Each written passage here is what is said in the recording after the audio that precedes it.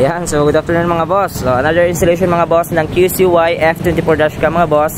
Ayan, 4K resolution siya. F24 dashcam, ayan, 4K resolution. So ito yung kanyang box mga boss. And then tignan natin yung kanyang output o yung unit talaga mismo.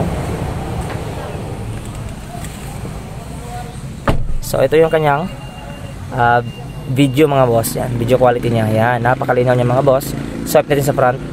Ito yung dual mode, front at saka back camera. Yan. Si ma'am sa likod yung may-ari. And then ito yung kanyang front mga boss, napakalinaw niyan mga boss. Yan. Super clear talaga. And then meron siyang night vision. So meron siyang audio recording mga boss at saka video recording. Yan. Front and back na siya. And then mayroon siyang free 32GB na SD card. So ito yung kanyang mga features mga boss. Yan.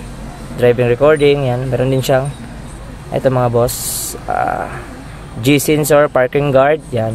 Ito mga boss, parking guard, pag nakapark kayo sa kotse, off yung engine nyo, wala kayo sa kotse nyo, tapos nabangga, if possible nabangga siya ng ibang kotse, so automatic mga boss, or nagre-record siya, nag-on yung kanyang, ito, automatic nag-on siya, kasi meron siyang on battery.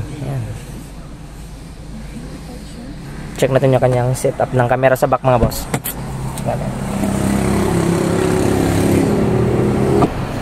So ito siya.